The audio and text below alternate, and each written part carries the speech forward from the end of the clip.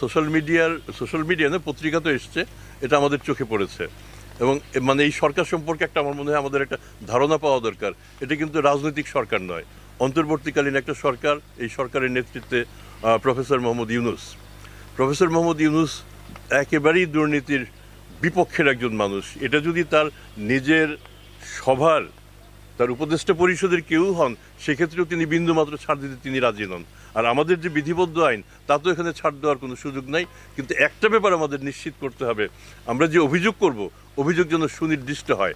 আমরা যদি খালি বলে ফেলি যে তিনি কোটি কোটি টাকা আত্মসাৎ করেছেন, কোত্থেকে করেছেন, কিভাবে করেছেন, এই অংশগুলি যদি আমরা প্রমাণ করতে না পারি, তাহলে কিন্তু শেষ পর্যন্ত সেই অভিযোগ টিকবে না। কাজেই এমনকি উপদেষ্টাদের বিরুদ্ধে যদি অভিযোগ থাকলে পরে সেটা যদি সুনির্দিষ্ট হয়, আপনারা নিজেরাই নিয়ে আসুন না কেন।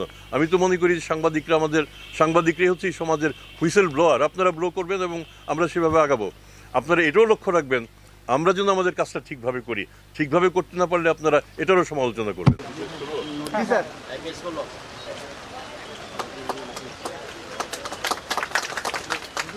ভিত্তিপ্রস্তর স্থাপনের বিশেষ করে এই অনুষ্ঠানে যত কর্মকর্তা আমরা এখানে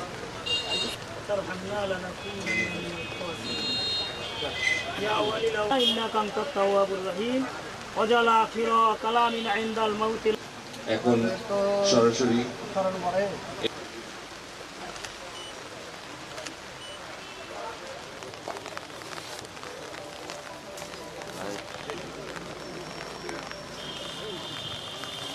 মাননীয় চেয়ারম্যান মহোদয়, এই মুহূর্তে সরাসরি ঢালাইয়ের যে কাজটি হচ্ছে, সমন্বিত জেলা বিভাগীয় কার্যালয়ের দুর্নীতি কমিশন ডক্টর মোহাম্মদ আব্দুল মোমেন